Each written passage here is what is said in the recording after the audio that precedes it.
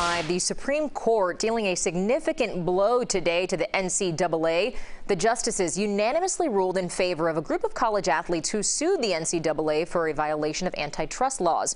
Right now, the NCAA allows schools to pay for expenses related to their education like tuition and books, but student athletes are limited to receive other compensation.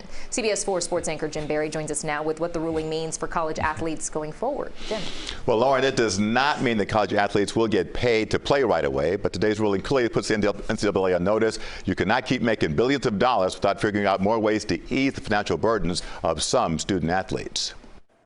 The Supreme Court's unanimous ruling says the NCAA cannot limit education-related benefits for college athletes. Doing so, the court says, violates antitrust laws.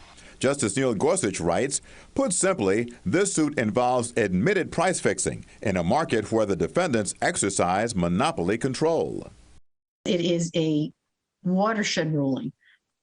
Nellie Drew is a professor of sports law. What does this mean for student athletes moving forward, do you think?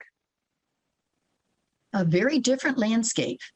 The ruling zeroes in on how schools reimburse college athletes for things like computers, science equipment, and even musical instruments.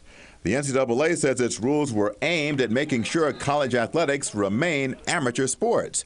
Its spin on the Supreme Court ruling is that it reaffirms the authority to decide what are and are not truly educational benefits.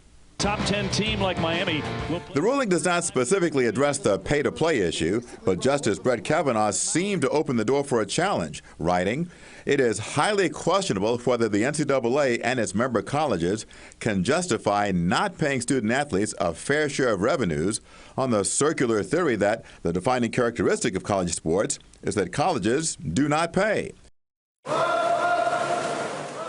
Meanwhile, the NCAA says it supports the idea of student athletes getting paid for their image and likeness and is working with Congress to figure out how that should work.